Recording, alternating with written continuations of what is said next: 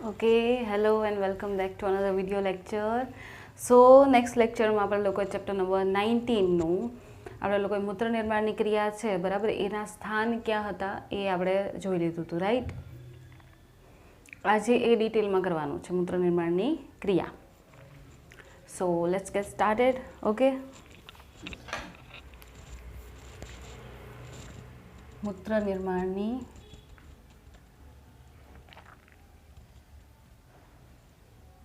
પ્રક્રિયા.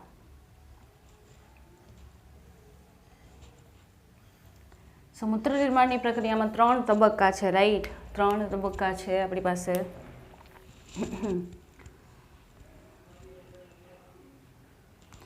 એક છે દાબગાળણ,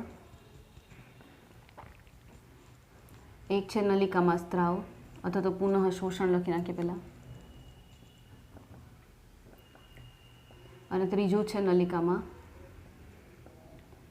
સ્ત્રાવ. બરાબર, એમાંથી પહેલો તબક્કો આપણે સ્ટાર્ટ કરીએ છીએ અત્યારે. દાબગાળણ. બરાબર, દાબગાળણ. તો દાબગાળણ છે પહેલાં આપણે સ્થાનથી ચાલુ કરશું. તમને ખબર જ છે સ્થાન ક્યાં છે, પણ પાછું એ પહેલું હશે સ્થાન.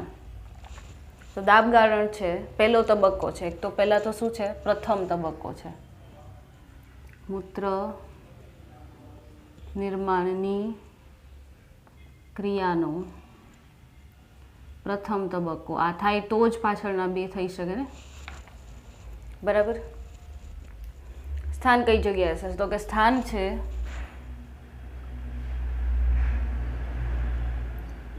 બાઉમેનની કોથળી અને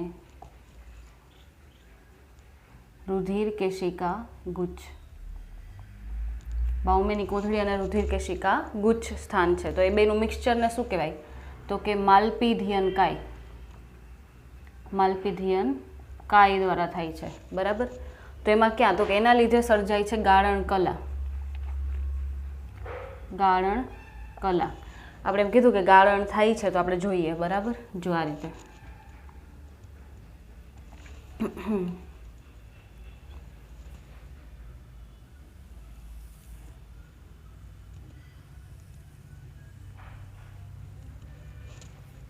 બરાબર. આ થઈ ગઈ બાઉમેનની કોથળી. આ થઈ ગઈ રુધિર કેશિકા. ધારી લો હું આટલી જ દોરું છું, બરાબર. બાજુમાં કામ ચાલુ છે એટલે થોડુંક નોઇઝી રહેશે, થોડુંક અવાજ આવશે, પણ આજના લેક્ચરમાં થોડુંક ટોલરેટ કરી લેજો. ખબર નહીં કે આ કામ ક્યારે પતે, રાઈટ, એટલા માટે.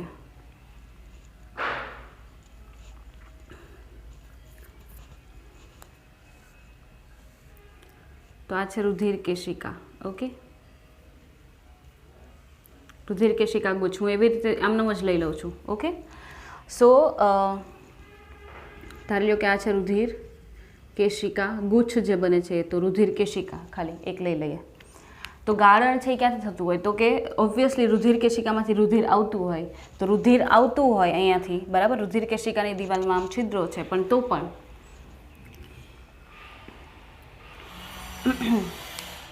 શું થાય? તો કે રુધિર કેશિકામાંથી વહેતું રુધિર છે આ પહેલા નંબરની આ એક કલા, બરાબર. હવે એમાં હશે ઓલા કોષો. તો અહીંયાથી રુધિર પસાર થયા કોષોમાંથી, પછી આ બંને વચ્ચેની આધાર કલા, બરાબર. આ આધાર કલા, તો આ બંને વચ્ચેથી પસાર થાય. આ આધાર કલા બાઉમેનની કોથળીની, પછી આમાંથી પસાર થાય. ખ્યાલ આવ્યો? આટલામાંથી રુધિર આમ પસાર થતું હોય, તો એનો મતલબ કે એ શું રચે છે? તો કે એ રચે છે ગાળણ કલા રચે છે. શું રચે છે? ગાળણ કલા. તો ગાળણ કલા છે એમાં 3 આવરણો તમે લખી શકો. પહેલું શું આવે? જો આ અંતઃછદ શેનું બનેલું છે? રુધિર કેશિકાનું અંતઃછદ. પેલું આવશે રુધિર કેશિકાનું અંતઃછદ, એટલે કે અંદરનું આવરણ. જો આ કોષોનું બનેલી છે ને એ દિવાલ, રુધિર કેશિકાની અંદરની દિવાલ. પછી તો કે એવી જ રીતે બાઉમેનની કોથળીની દિવાલ હોય કે નહીં, તો બાઉમેનની કોથળીની દિવાલ, બરાબર. બાઉમેનની કોથળીની દિવાલ. અને બીજું શું આવે તો કે બંને વચ્ચેની આધાર કલા. બંને વચ્ચેની શું આવે? આધાર કલા. બરાબર. તો બંને વચ્ચેની આધાર કલા. આ ત્રણમાં થઈને રુધિરનું ગાળણ થતું હોય. આ ત્રણ પટલોમાંથી થઈ, કલા મીન્સ પટલ, કલા મીન્સ શું થાય? પટલ. તો એ ત્રણ પટલમાંથી થઈ ને રુધિર ગળાઈને છેક ક્યાં પહોંચે છે? તો બાઉમેનની કોથળીની અહીંયા અંદર. બરાબર. તો આ થઈ ગયું સ્થાન. તમને ખબર પડી ક્યાં આગળ થાય છે. પણ ગાળણ કલા, કલા એક પટલ, કલા એટલે શું છે? એક પટલ. પણ એ પટલોમાં શું રચાય છે? તો કે ગાળણ છિદ્ર પણ રચાય છે. ગાળણ છિદ્ર અથવા તો સ્લીટ પોર, બરાબર, અથવા તો રેખા છિદ્ર, અથવા તો રેખા છિદ્ર. બરાબર. ગાળણ છિદ્ર, સ્લીટ પોર અથવા તો રેખા છિદ્ર ક્યાં હતા? તો કે તમને યાદ હોય તો આવી રીતે અહીંયા કંઈક કોષો હતા. બાઉમેનની કોથળીની અંદરની દિવાલમાં કંઈક કોષો હતા. તો ગાળણ છિદ્ર ક્યાં રચાય? તો કે બાઉમેનની કોથળીની અંદરની, બાઉમેનની કોથળીની અંદરની દિવાલ માં કયા કોષો છે? પોડોસાઇટ નામના કોષો, જેની ગોઠવણી શું કરે? તો કે છિદ્રોની રચના કરે. અને એ છિદ્રને શું કહેવાય? ગાળણ છિદ્ર. તો ખબર છે ઇન્ટ્રિકેટ મેનરમાં, એટલે કે આવી રીતે ગોઠવાયેલા હતા, જેના લીધે શું થતી? વચ્ચે વચ્ચે છિદ્ર બનતા હતા અને છિદ્રમાંથી ગાળણ પસાર થઈને આમાં આવી જાય. બરાબર. તો એને કહેવાય ગાળણ છિદ્ર, સ્લીટ પોર અથવા તો રેખા છિદ્ર. તો આ થઈ ગયું આપણું ટોટલ સ્થાન કે ભાઈ કઈ રચનાઓમાંથી ગળાઈને જાય છે અને કોના દ્વારા અંદર પ્રવેશે છે. ડન. હવે એ જોવાનું છે કે મૂત્રપિંડને કેટલો રુધિરનો જથ્થો મળે છે. હવે જોવાનું છે મૂત્રપિંડને કેટલો રુધિરનો જથ્થો મળે છે. જો તમને અવાજ આવતો જ હશે, મે બી મારો અવાજ આવતો હોય તો સારું છે, કોઝ બધું ભેગું થઈ ગયું છે. મને ચાંદી એ પડી તો બોલવામાં તકલીફ થાય છે અને ઉપરથી આટલો અવાજ કે મારે જોરથી પણ બોલવું પડે છે, નથી બોલાતું છતાં. ઓકે, ચલો. સો હવે આંકડાકીય માહિતી યાદ રાખવાની છે. બરાબર. હું તમને અલગ અલગ પોઈન્ટ્સ જ કરી દઈશ સો દેટ તમને યાદ રાખવામાં તકલીફ ના પડે. બરાબર. તમને એમ થાય કે હા મારે આટલા પોઈન્ટ્સ જ કવર કરવાના છે. સો નોઇઝી. સો થોડુંક ઇગ્નોર કરજો. બરાબર. નોઇઝને.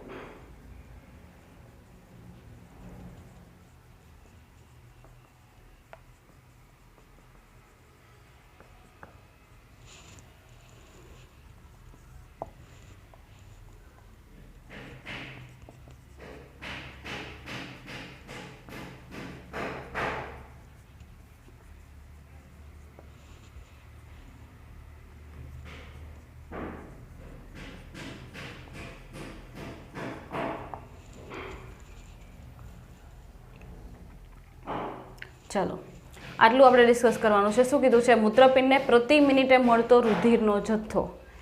દર મિનિટે મૂત્રપિંડ, બંને મૂત્રપિંડ લઈ લેવાના. બરાબર. મૂત્રપિંડને પ્રતિ મિનિટ, દર મિનિટે કેટલો રુધિરનો જથ્થો મળે છે? તો જો અહીંયા આગળ હું ડ્રો કરીને બતાવું છું. જો આ હૃદય બરાબર. હૃદયના ડાબા ક્ષેપકમાંથી મળતું હોય રુધિર, તો જો આવ્યું, આ રુધિર આવે છે, બરાબર, આવ્યું.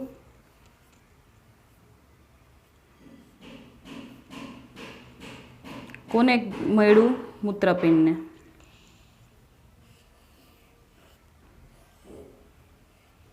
તો મૂત્રપિંડને કેટલું રુધિર મળે છે ખબર છે? તો કે મૂત્રપિંડને મળે છે,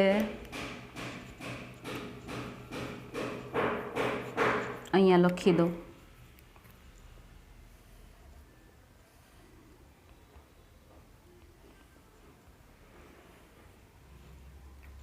બરાબર. કેટલું મળે છે? 1100 થી 1200. બરાબર. કેટલું મળ્યું? તો કે મૂત્રપિંડને, બંને મૂત્રપિંડને કેટલું મળ્યું? 1100 થી 1200 ml પર મિનિટ. એનો મતલબ કે ક્ષેપકે એને દર મિનિટે બંને મૂત્રપિંડને કેટલું આપ્યું? બંને મૂત્રપિંડનું થઈને એને આપ્યું 1100 થી 1200 ml રુધિર આપ્યું, બરાબર. તો એનો મતલબ કે આવું થયું, જો આવું.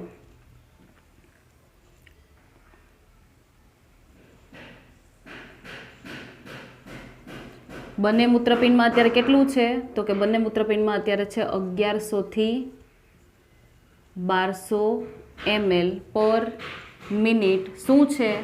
રુધિર છે. શું છે? રુધિર મળ્યું એને, બરાબર. હવે એ રુધિરનું શું થશે? તો કે હવે એ રુધિરનું થશે ગાળણ. રુધિરનું શું થશે? ગાળણ થશે, બરાબર. તો ગાળણ થાય, બરાબર, તો શું થશે?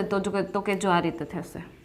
હવે આ રીતે થશે કે ભાઈ અહીંયા આગળ જ જોઈએ ને, ગાળણ થશે એટલે શું થશે ખબર? અહીંયાથી આવતું હતું રુધિર, અહીંયાથી આવતું હતું રુધિર, બરાબર. હવે રુધિર આવતું હતું ને તો શું થયું કે રુધિર આવતું હતું તો અહીંયાથી આવી હતી અંતર્વાહી ધમનિકા, અહીંયાથી નીકળતી હતી બહિર્વાહી ધમનિકા, વચ્ચે રુધિર કેશિકા ગુચ્છ હતું. તો થાય શું જનરલી કે ભાઈ આવી રીતે જો આવતું હોય,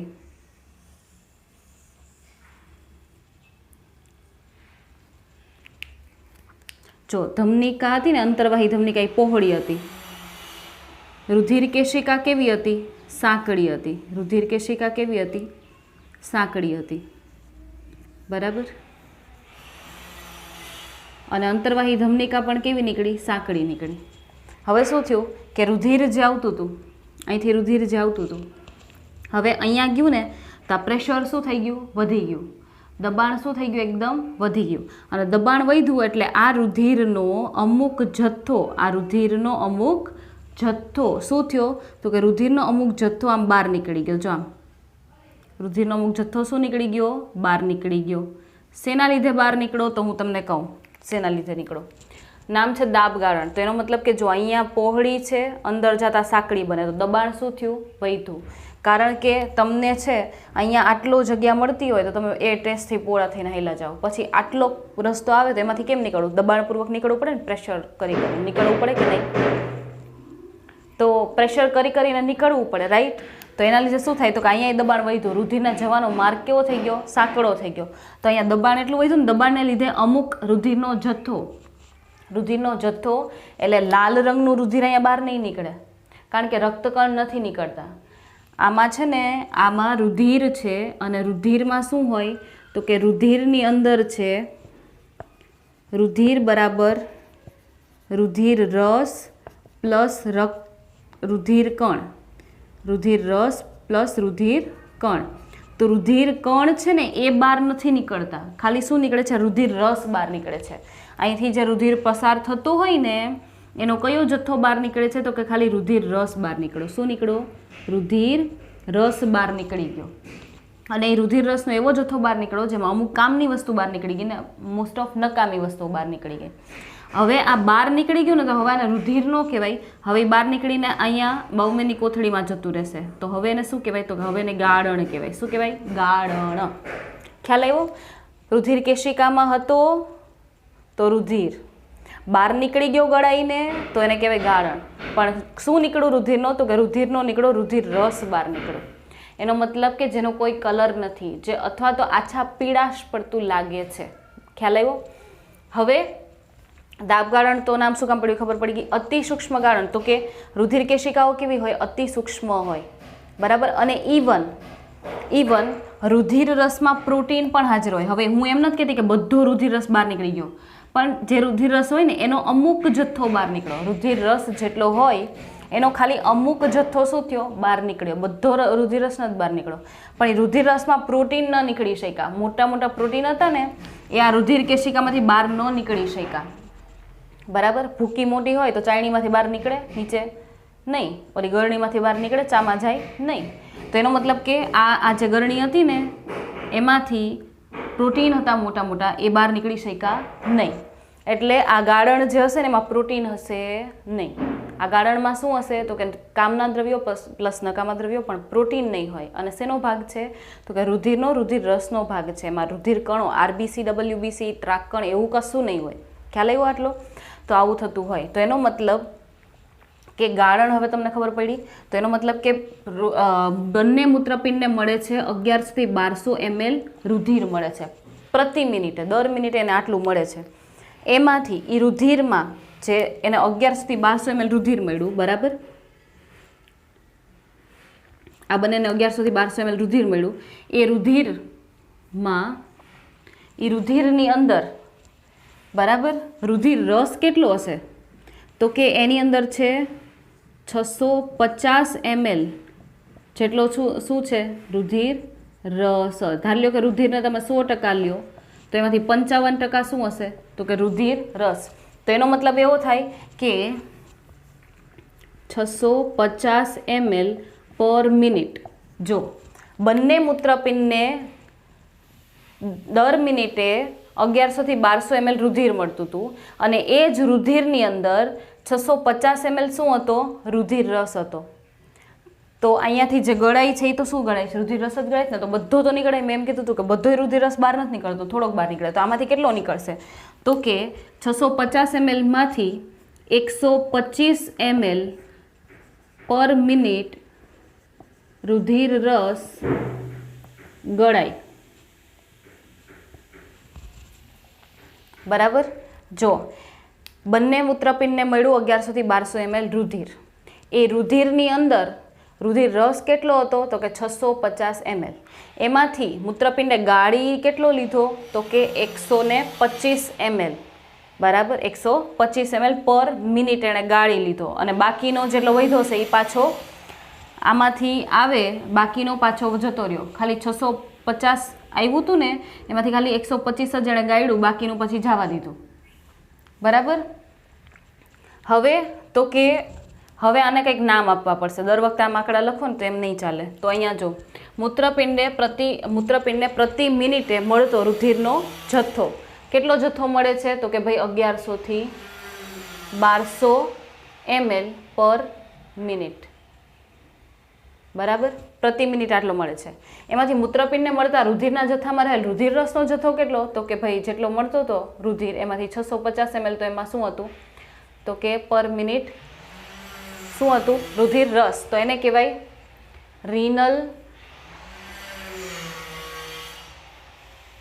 Rinal plasma flow. Rinal plasma flow. શું કહેવાય એને? Rinal plasma flow. એટલે કે આને કહેવાય મૂત્રપિંડ રુધિર રસ પ્રવાહ. શું કહેવાય એને? મૂત્રપિંડ રુધિર રસ પ્રવાહ. બરાબર? તો એનો મતલબ કે 1100 થી 1200 ml માંથી 650 ml એને રુધિર રસ મળતો હતો. રીનલ એટલે મૂત્રપિંડ.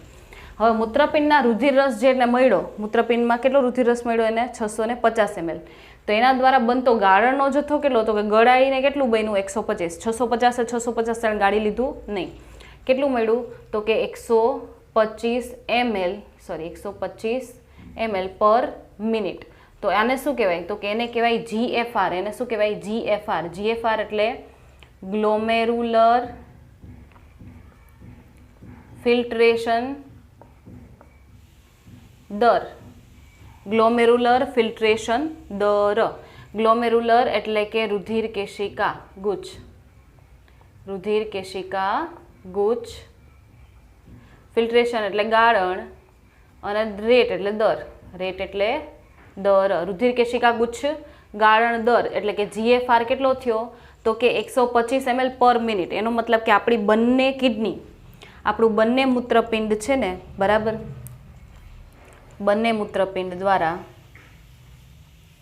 તૈયાર થતું જે મૂત્ર છે ને, કે જે આમાં ઠલવાતું હોય એટલે એ બનાવતું હોય, કેટલું બનાવે છે બંને થઈને, તો કે બંને થઈને બનાવે છે 125 ml. પણ 125 ml અહીંયા આવશે નહીં, 125 ml પર મિનિટ બનાવે છે. તો જો તમે વિચાર કરો કે GFR જે છે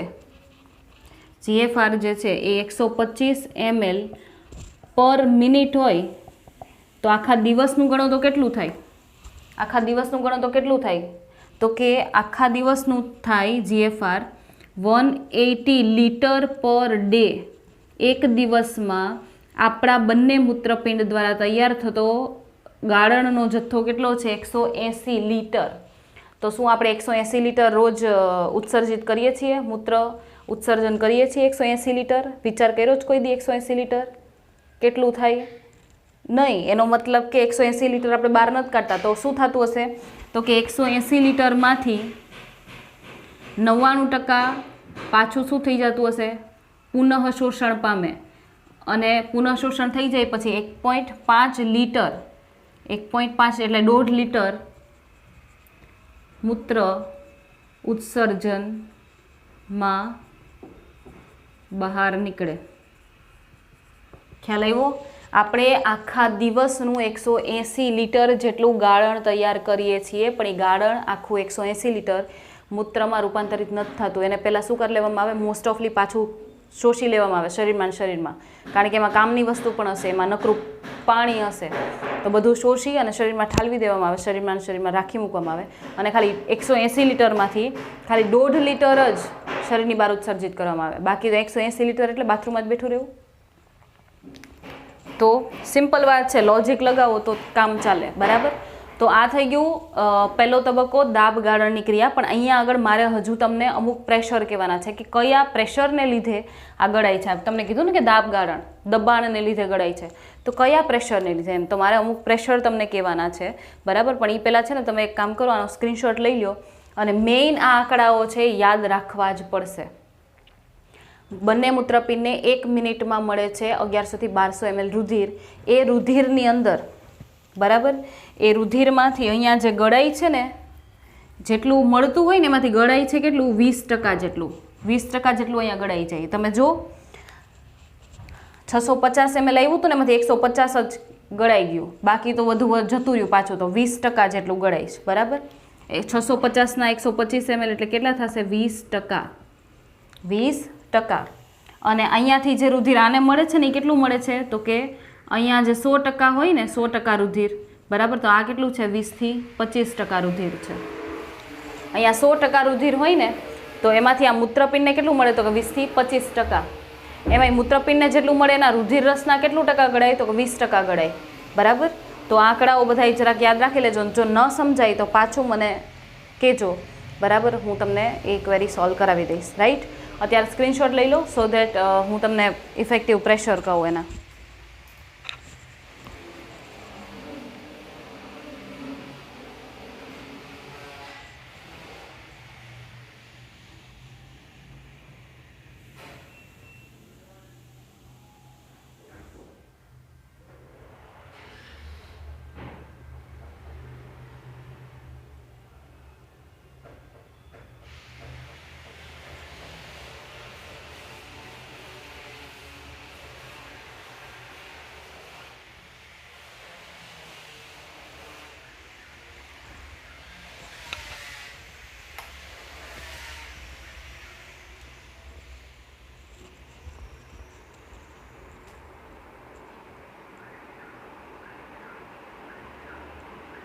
ક્લિયર?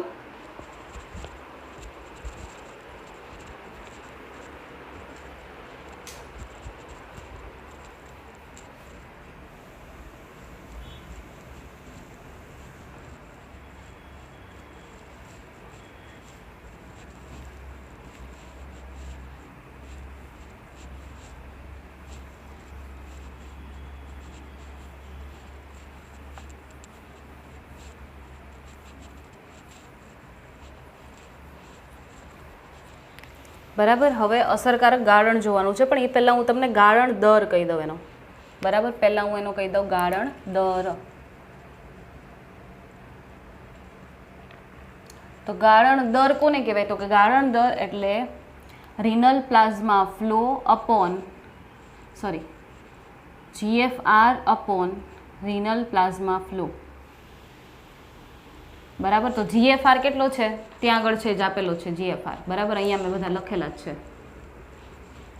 મૂત્રપિંડ દ્વારા નિર્માણ પામતો મૂત્રનો જથ્થો. બરાબર, એ પણ તમને ખબર પડી ગઈ ને. મૂત્રપિંડ દ્વારા નિર્માણ પામતો ગાળણનો જથ્થો તો કેટલો આવશે? તો કે 2 જથ્થા આવશે. એક તો 125 ml પર મિનિટ ઈ બનાવે છે અને 180 લિટર પર ડે બનાવે છે. શું બનાવે છે? ગાળણ. મૂત્ર નથી બનાવ્યું હજી. બરાબર. તો GFR કેટલો છે ચેક કરો જોઈએ. 125 ml. GFR છે 125 ml પર મિનિટ. અને RPF કેટલો છે? RPF 650 ml. કે ભાઈ 650 હતું ને, 650 હતું ml પર મિનિટ, એમાંથી અમે 125 ગાળણ કર્યું. બરાબર. તો ડિવાઈડ કરો તો 1/5 થાય. ડિવાઈડ કરો એટલે શું થશે? 1/5 જેવો રેશિયો મળશે. એનો મતલબ કે 5 ભાગમાંથી ખાલી 1 ભાગનું ગાળણ થાય છે. 5 ભાગનો આપણે રુધિર રસ મૂત્રપિંડને આપીએ, એમાંથી મૂત્રપિંડ છે ને 1 ભાગનું ગાળણ કરે છે. એમાંથી મૂત્ર તૈયાર કરશે. એક ભાગ જે આપણે એને આપીએ ને એમાંથી. બરાબર. બાકીના 4 ભાગ છે ને એ પાછું આપણા શરીરમાં રહે છે. ખ્યાલ આવ્યો? તો ચલો આ રીતે સમજી લેવાનું તમારે. આ મૂત્રપિંડ એમાં આવ્યું હતું 1100 થી 1200 ml રુધિરમાં હતો 650 ml રુધિર રસ. એ ગયું મૂત્રપિંડમાં, અને જ્યારે મૂત્રપિંડમાંથી બહાર નીકળ્યું ત્યારે 650 ml એટલે કેટલા ભાગ? 5 ભાગ હતા. 5 ભાગ કર્યા એના, તો એમાંથી 1 ભાગ આની અંદર રહી ગયો અને 4 ભાગ પાછા 4 ભાગ પાછા નીકળ્યા. બરાબર. 4 ભાગ પાછું શરીરમાં. ખ્યાલ આવ્યો? એટલે 4 ભાગ કરો એટલે આમાં કેટલું રહી ગયું? મૂત્રપિંડમાં કેટલું રહી ગયું? તો કે 125 ml. 125 ml. તો 650માંથી 125 બાદ કરી નાખો તો જેટલું વધ્યું એટલું પાછું શરીરમાં જાય. બરાબર. કરી જ નાખીએ ને. 650, 125, 10, 4, 10માંથી 5 જાય 5, 4માંથી 2 જાય 2, 6માંથી 1 જાય 5. તો 525 ml રુધિર રસ પુનઃ શરીરમાં પ્રવેશે. 150માંથી એણે 125નું ગાળણ કર્યું ને બાકી બધું જવા દીધું. ખ્યાલ આવ્યો? બરાબર. હવે આ થઈ ગયું. હવે ગાળણ ઓલા દબાણની વાત કરીએ ને, દબાણ કયા કયા હતા. બરાબર. તો ચલો દબાણની વાત કરીએ. અસરકારક દબાણ.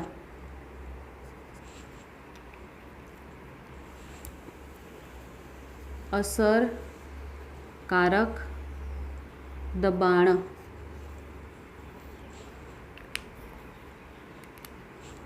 જેના લીધે દાબ ગાળણ શક્ય બને. અસરકારક દબાણ જેના લીધે દાબ ગાળણ શું બને? શક્ય. તો કેટલા દબાણ છે? તો કેવા 3 દબાણ છે. જો 3 દબાણ છે.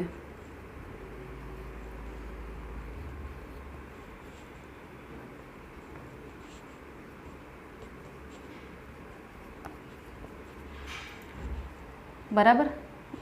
3 જેટલા છે. તો શું છે ત્રણેયનું નામ? બરાબર. તો કે ત્રણેયનું નામ છે, અને જરાક આવી રીતે લખીએ, BCOP અને CHP. તો આનું નામ છે glomerular hydrostatic pressure. Glomerular hydrostatic pressure. Glomerular hydrostatic pressure. Gujarati લખીએ એનું. ગ્લોમેરુલર એટલે રુધિર કેશિકા ગુચ્છ. હાઇડ્રોસ્ટેટિક એટલે જલ સ્થિતિમાન. પ્રેશર એટલે દબાણ અથવા તો દાબ, બરાબર, દબાણ લખીએ. હાલો, એના પછી એવું બીકોપ. તો બીકોપને શું કહેવાય? તો કે બ્લડ, બી એટલે બ્લડ, સી એટલે કોલોઇડલ, ઓ એટલે ઓસ્મોટિક, પી એટલે pressure. Blood, colloidal, osmotic, pressure. Gujarati લખીએ એનું. બ્લડ એટલે રુધિરનું, કોલોઇડલ એટલે કલિલીય, કલિલમય હોય ને રુધિર છે એ કલિલમય છે. ઓસ્મોટિક પ્રેશર એટલે આશ્રુતિ દાબ, રુધિરનું કલિલીય આશ્રુતિ દાબ. તો ચલો આનું થઈ ગયું. હવે CHPનું. તો CHP એટલે કેપ્સ્યુલર, સી એટલે કેપ્સ્યુલર, H એટલે હાઇડ્રોસ્ટેટિક ને પી એટલે પ્રેશર, કેપ્સ્યુલર હાઇડ્રોસ્ટેટિક પ્રેશર. તો ગુજરાતી લખી કેપ્સ્યુલર એટલે કોણ કેપ્સ્યુલ? તો કે ભાઈ બાઉમેનની કોથળી, બાઉમેનની કોથળીનું. હાઇડ્રોસ્ટેટિક એટલે જલ સ્થિતિમાન,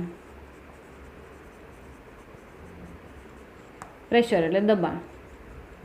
થઈ ગયા ત્રણેય નામ. CHP, બીકોપ અને GHP, બીકોપ, CHP. સોરી, આડાવડું બોલ્યું, બરાબર. તો આ દબાણ છે. ક્યાં હવે એ દબાણ લાગતા હોય એ પણ હું તમને બતાવી દઉં. એના માટે હવે આકૃતિઓ બધી જવા દઉં, કારણ કે થોડીક સ્પેસ જોશે, બરાબર.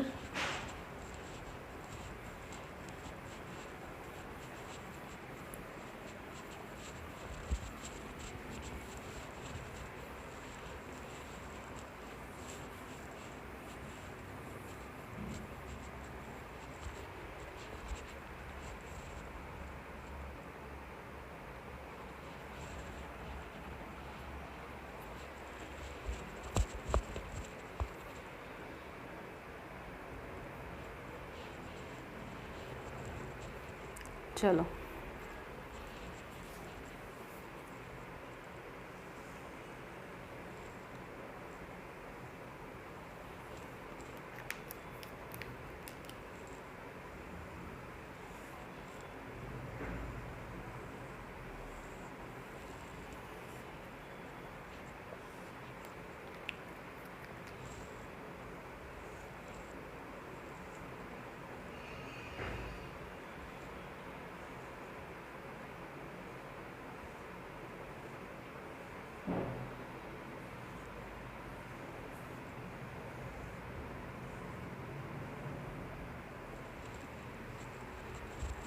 બરાબર.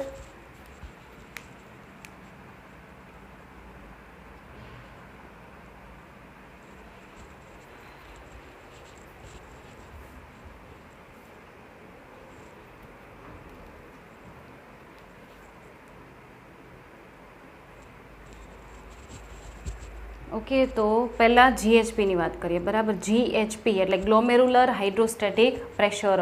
પહેલાં GHPની વાત કરીએ. રુધિર કેશિકા ગુચ્છ જલ સ્થિતિમાન દબાણ. એનો મતલબ કે ક્યાં લાગતું હશે? રુધિર કેશિકાના અંદર, બરાબર. તો આની અંદર છે,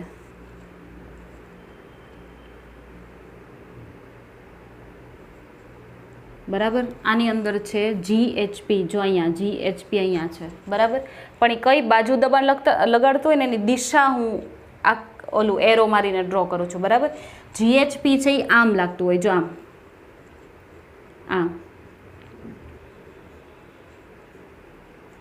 બરાબર. આ દિશામાં લાગે છે GHP. અહીંયા લખી નાખું GHP મીન્સ આવો એરો, રેડ એરો, બરાબર. પછી કયું? તો કે બીકોપ અને CHP. બીકોપ અને CHP એના બ્લુ એરા ડ્રો કરું છું, બરાબર. કારણ કે એ બે ઓપોઝિટ ડાયરેક્શન લાગશે એટલે. પછી છે બ્લડ કોલોઇડલ ઓસ્મોટિક પ્રેશર. રુધિરનું કલિલીય આશ્રુતિ દાબ, રુધિરનો કલિલીય આશ્રુતિ દાબ. તો રુધિરનું જે કલિલ છે, આ રુધિર હતું ને, આની અંદર શું આવતું હતું? રુધિર આવતું હતું, જો આની અંદર, બરાબર. આની અંદર રુધિર આવતું હતું. હવે રુધિરનો જે રુધિર રસ ક્યાં નીકળી ગયો? અહીંયા નીકળી ગયો કે નહીં? બહાર રુધિર રસ અહીંયા નીકળી ગયો ને. તો રુધિર રસનો રુધિર રસ તો અહીંયા નીકળી ગયો, તો રુધિર રસ તો કલિલમય હશે. તો એના દ્વારા શું લાગશે? તો કે આમ દબાણ લાગશે, જો આમ દબાણ લાગશે. ખ્યાલ આવ્યું? આવે તો આમ. તો આ કયું દબાણ હશે? તો કે આ હશે બી કોપ. કયું છે? બી કોપ. ઓકે, પછી કયું છે તો કે સી કે બાવમેની કોથળીનું જળસ્થિતિ દબાણ. તો ઓબ્વિયસલી એ તો બાવમેની કોથળી દ્વારા જ લાગતું હોય ને, એને થોડુંક ડાર્ક કરીએ તો બાવમેની કોથળી દ્વારા આમ જ લાગતું હોય, જો આમ આના ઉપર જ લાગતું હોય.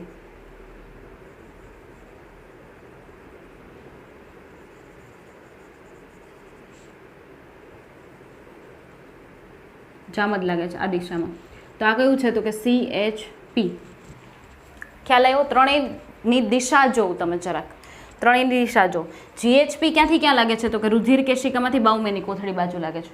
GHP ક્યાં લાગે છે તો કે રુધિર કેશિકાની દિવાલમાંથી બાવમેની કોથળી તરફ લાગે છે. એનો મતલબ સીધો એવો થાય, બરાબર, એનો સીધો મતલબ એવો થાય કે GHP એટલે કે રુધિર કેશિકા ગુચ્છ હાઇડ્રોસ્ટેટિક પ્રેશર છે, બરાબર, એ ગાળણ થવા માટેનું અસરકારક અથવા તો મુખ્ય દબાણ છે. એટલે એના લીધે ગાળણ થાય છે, આના લીધે ગાળણ શક્ય બને છે, બરાબર. ગાળણ થવા માટેનું અસરકારક કે મુખ્ય દબાણ છે, એના લીધે તો ગાળણ થાય છે. તો એ કેટલું હોય તો કે એ હોય 60 થી 75 mmHg જેટલું દબાણ. કેટલું હોય? 60 થી 75 જેટલું mmHg જેટલું દબાણ. હવે કોણ આવ્યું? બી કોપ. હવે આવ્યું બી કોપ. તો બી કોપ શું છે તો કે બી કોપ છે, બરાબર, એ ગાળણને પ્રતિરોધે, બરાબર, ગાળણને પ્રતિરોધે. એનો મતલબ કે એ બંધ કરાવશે. એમ કહેશે કે હવે બસ ગાળણ બંધ કરી દો. જો આ ગાળણ કરવા માટે હા પાડતું હતું કે ભાઈ ગાળણ કરો એમ, આના લીધે ગાળણ થતું હતું, ગળાતું હતું રુધિર, પણ આ ના પાડશે. બી કોપ શું કરશે કે બસ હવે બંધ કરી દો એમ. તો એનો મતલબ કે ગાળણને પ્રતિરોધે. તો એ કેટલું દબાણ હોય તો કે એ હોય 30 થી 32 mmHg. તો એ બંધ કરવા માટે ઓપોઝિટ જ લાગે ને. જો ધારી લો કે અહીંયા બાવમેની કોથળી છે, બરાબર, ત્યાંથી ગળાઈને બધું આવતું હોય તો ત્યાંથી આમ પ્રેશર કરે ને. જો ધારી લો કે આમ છે, ક્યાં સમજાવું ભાઈ? અહીંયા સમજાવું, અહીંયા તમને દેખાશે ને. જો આમ છે, બરાબર. હું છે ને રુધિર કેશિકાને સીધી ડ્રો કરું છું એટલે તમને ક્લિયર આવે એમ આઈડિયા. જો હવે થાય છે શું ખબર? આ છે રુધિર કેશિકા, બરાબર. તો અહીંયાથી લાગે છે કોણ તો કે અહીંયાથી લાગે છે GHP. તો GHP આમ લાગે. તો જો તમે આમ પ્રેશર કરો તો બધું બહાર નીકળી જાય કે નહીં? આમ પ્રેશર કરો એટલે બહાર નીકળી જાય બધું. તો જો પ્રેશર કરો ને એટલે શું નીકળી જાય તો કે જથ્થો બધો બહાર નીકળી ગયો રુધિર રસનો જથ્થો આમ બહાર નીકળી ગયો.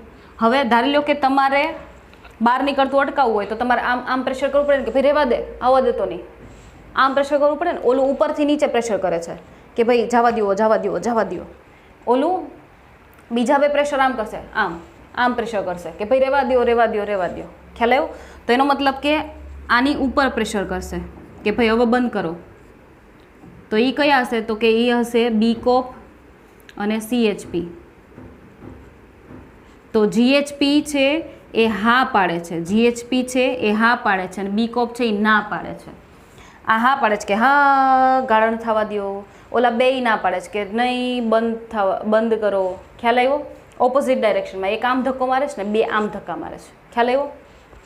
તો બી કોપ છે એ ગાળણને પ્રતિરોધે છે. એના પછીનું કયું હતું? CHP. તો CHP પણ શું કરે છે તો કે એ પણ ગાળણને પ્રતિરોધે છે, કારણ કે નીચે લખ્યું જુઓ આપણે. તો ગાળણને પ્રતિરોધે, બરાબર. અને એ કેટલું હશે તો કે એ હશે 10 થી 18 mmHg, બરાબર. બી કોપ હશે 10 થી 18 mmHg. તો આપણે જો એક ગણવું હોય કે નેટ ફિલ્ટ્રેશન રેટ, કે ભાઈ ચોખ્ખું નેટ ફિલ્ટ્રેશન રેટ એટલે ચોખ્ખું અથવા તો કુલ ફિલ્ટ્રેશન એટલે ગાળણ દર કેટલો એમ. ચોખ્ખું ગાળણ દર કેટલો? ચોખ્ખું કેટલું ગાળાનું? તમે 650 ml રુધિર રસ આપ્યો તેમાંથી એને કેટલો ગાળીને કાઢ્યો બહાર? તો કે સૂત્ર આવું કંઈક થાય કે ભાઈ GHPના લીધે ગાળણ થાય છે, પણ કોણ એને રોકે છે? તો કે આ બીકોપ અને CHP આ બે ભેગા મળીને રોકે છે, આ બે ભેગા મળીને રોકે છે. જો પ્રતિરોધે પ્રતિરોધે એટલે આ બે પ્રતિરોધે છે, એટલે બેને પ્લસ કરી દીધા. અને એ શું કરે છે? આના ઉપર નકારાત્મક અસર ફેલાવે છે કે ભાઈ તું રેવા દે ને, બંધ કરી દે ગાળણ એમ. તો આ કરતું હતું ને એમાં એણે ના પાડી, માઇનસ કર્યું, ના પાડી, બરાબર. તો GHP કેટલું છે? તો કે GHP છે 60 થી 75. હું અહીંયા 60 થી 75 લખું છું હો, ક્યાંક માઇનસ ન કરતા હતા, 60માંથી 75 પછી માઇનસના માઇનસ. બીકોપ કેટલું છે? તો કે બીકોપ છે 30 થી 32, તો હું અહીંયા 32નો આંકડો લઉં છું. પ્લસ CHP કેટલું છે? 10 થી 18, તો હું 18નો આંકડો લઉં છું. તો તમે આની કેલ્ક્યુલેશન કરશો એટલે તમને કેટલું મળશે?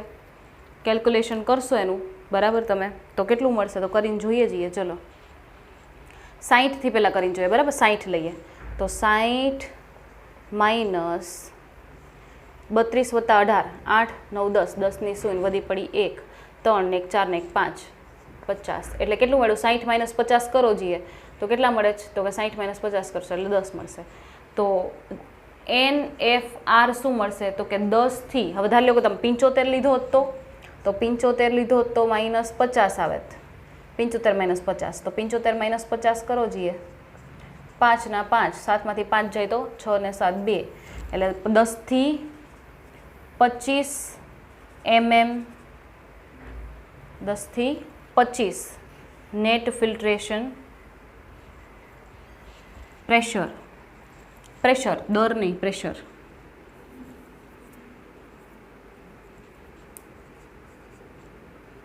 લે દાબ,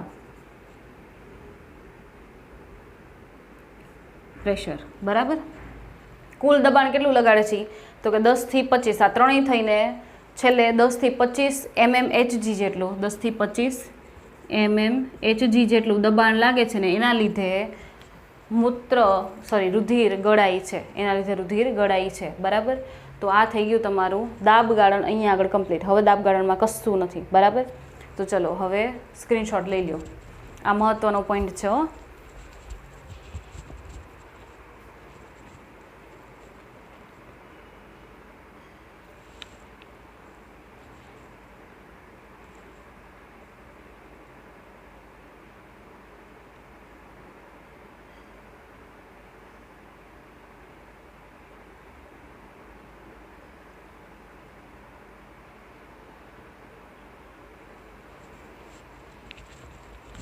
થઈ ગયું?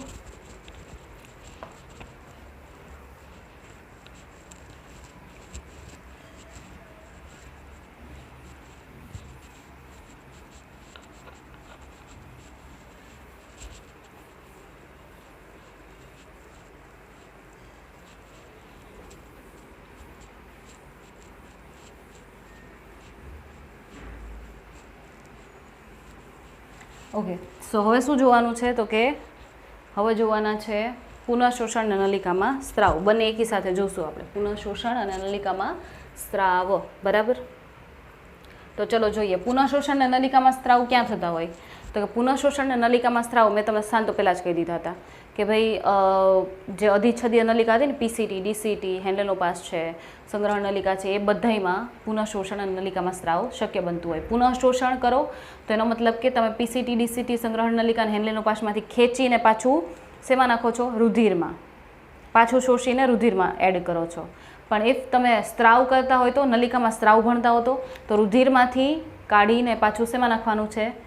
નલિકાઓમાં નાખવાનું છે. એટલે PCT, DCT ને એમાં નાખવાનું છે, બરાબર. તો ચલો જોઈ લઈએ.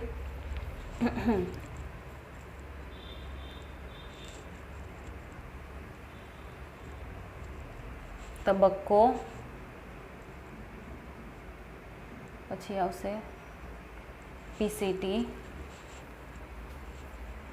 પછી લખશું હેન્ડલેનોપાસ, નીચે ઉતરતો છેડો, હેન્ડલેનોપાસ, ઉપર ચડતો છેડો, DCT અને સંગ્રહણ નલિકા, બરાબર. આપણે કોષ્ટક થ્રુ જ યાદ રાખશું હો, એટલે તમને યાદ રહી જાય ફટાફટી.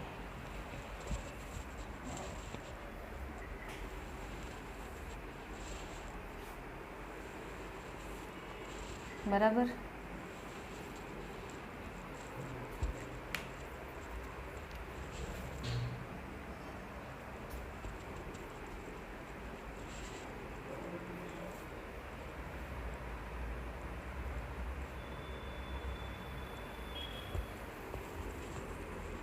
બરાબર.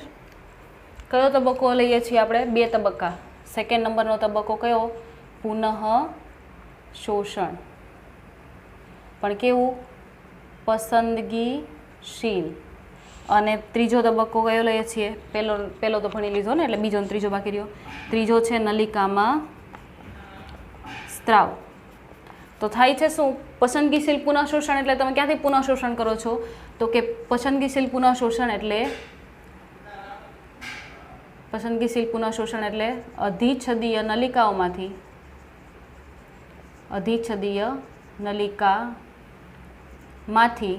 મટીરિયલને ક્યાં ઠાલવો છો? તો કે રુધિર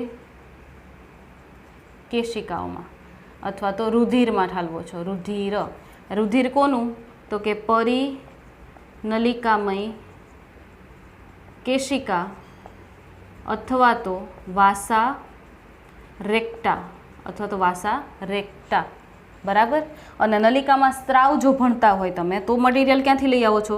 તો કે મટીરિયલ અમે લઈ આવીએ છીએ પરિનલિકામય કેશિકામાંથી અથવા તો વાસા રેક્ટામાંથી. ક્યાં ઠાલવો છો? તો કે અધિચ્છદીય નલિકા. બરાબર. તો આ બધી અધિચ્છદીય નલિકા છે. આ બધી શું છે? અધિચ્છદીય નલિકા છે. પીસીટી, હેન્લેનો લૂપ, હેન્લેનો પાસનો નીચે ઉતરતો ભાગ, હેન્લેનો પાસનો ઉપર ચડતો ભાગ, ડીસીટી અને સંગ્રહણ નલિકા. આ બધી શું છે? નલિકા છે. બરાબર. સો આપણે આ રીતે કોષ્ટક થ્રુ યાદ રાખશું. ઓકે.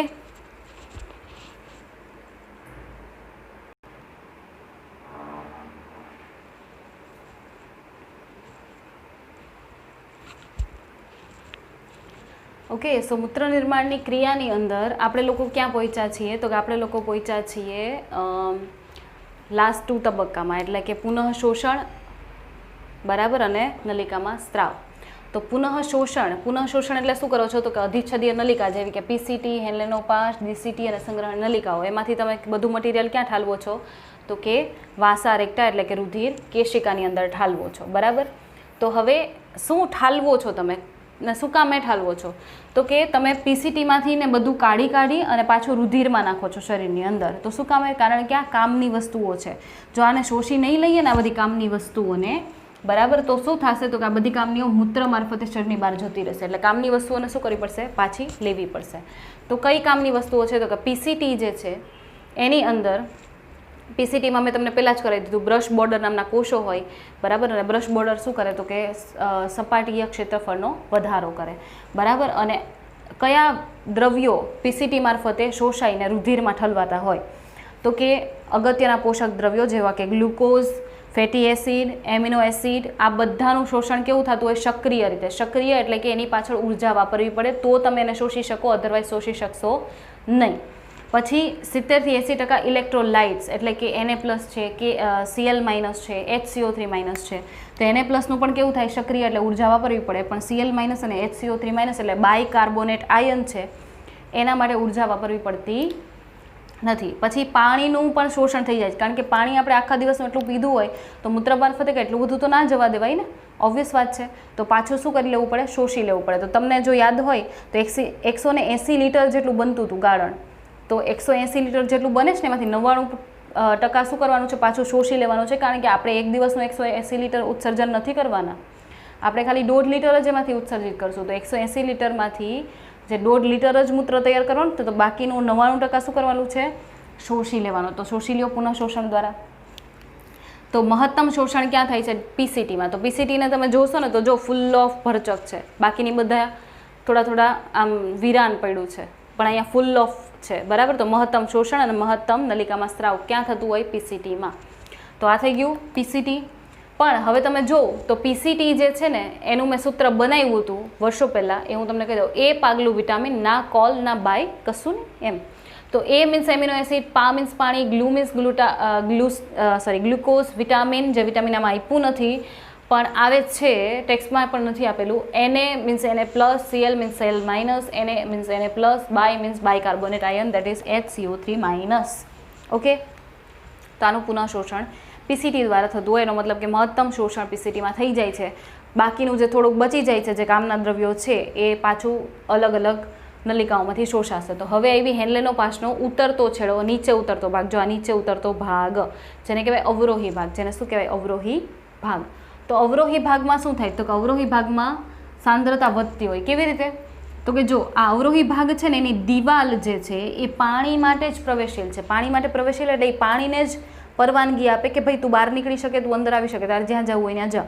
તો એનો મતલબ કે આ નલિકામાંથી જે ગાળણ પસાર થાય ને, જો બાઉમીની કોથળીમાંથી આવ્યું, પીસીટીમાં આવ્યું, પછી આ હેન્લેનો પાસમાં જે ગાળણ અંદર ગયું એમાંથી ખાલી પાણી જ બહાર નીકળી શકે. તો એનો મતલબ કે પાણીનું શોષણ થાય, પણ અંદરથી ઇલેક્ટ્રોલાઇટ તમે Na+, K+ કે એવું બધું કંઈ બહાર પાડી શકો નહીં. તો એનો મતલબ કે ઇલેક્ટ્રોલાઇટનું શોષણ નથી થતું, પણ પાણીનું નિષ્ક્રિય શોષણ એટલે કે ઉર્જા વપરાવી નથી પડતી. પાણી એની રીતે બહાર આવી જાય છે વધુથી ઓછા તરફ, બરાબર. કારણ કે પાણી અંદર વધારે હશે, બહાર ઓછું હશે, તો પાણી ત્યાંથી બહાર આવી જશે, બરાબર. અને જેમ જેમ તમે પાણી કાઢતા જાઓ ને એટલે અંદરનું મટીરિયલ કેવું થશે? સાંદ્ર થતું જશે. એટલે જેમ જેમ ઓલું ગાળણ નીચે આવતું જાય ને, આમાં ગાળણ છે તો એ નીચે આવતું જાય ને તો એમાં શું થતું જાય? સાંદ્રતા વધતી જાય. પછી તો કે ઉપર ચડતો ભાગ. હવે ઉપર ચડતો ભાગ, તો ઉપર ચડતો ભાગ છે ને એણે એમ કીધું કે ભાઈ હવે હું પાણી માટે અપ્રવેશીલ છું, તો પાણી બહાર નીકળી શકે નહીં. પણ એને કીધું કે ઇલેક્ટ્રોલાઇટ્સમાં હું પ્રવેશીલ છું, તો ઇલેક્ટ્રોલાઇટ બહાર નીકળી શકે. તો ઇલેક્ટ્રોલાઇટ શું નીકળ્યા? બહાર નીકળવા માંડ્યા. તો એના લીધે શું થયું કે ઇલેક્ટ્રોલાઇટ બહાર નીકળવા માંડ્યા ને તો સાંદ્રતા થોડી કેવી થવા માંડી? ઓછી થવા માંડી. ક્ષાર થોડા ઘટાડી નાખો એટલે સાંદ્રતા કેવી થઈ ગઈ? ઓછી. તો અહીંથી નીચે આવતું હતું ને એમ સાંદ્ર થતું હતું, ઉપર ચડે એમ પાછું કેવું થતું જાય? થોડું થોડું મંદ થતું જાય, સાંદ્રતા ઘટતી જાય. તો ક્ષાર હતા એમાંથી Na+નું શું થયું? સક્રિય રીતે પુનઃશોષણ થયું, એટલે કે ઉર્જા વાપરવી પડી. પણ Cl- અને HCO3- પાછળ ઉર્જા વાપરવી પડતી નથી. પછી એવો ડીસીટીનો ભાગ. તો ડીસીટીમાં શું થાય છે? તો કે શરતી પુનઃશોષણ થાય. શું થાય છે? શરતી પુનઃશોષણ.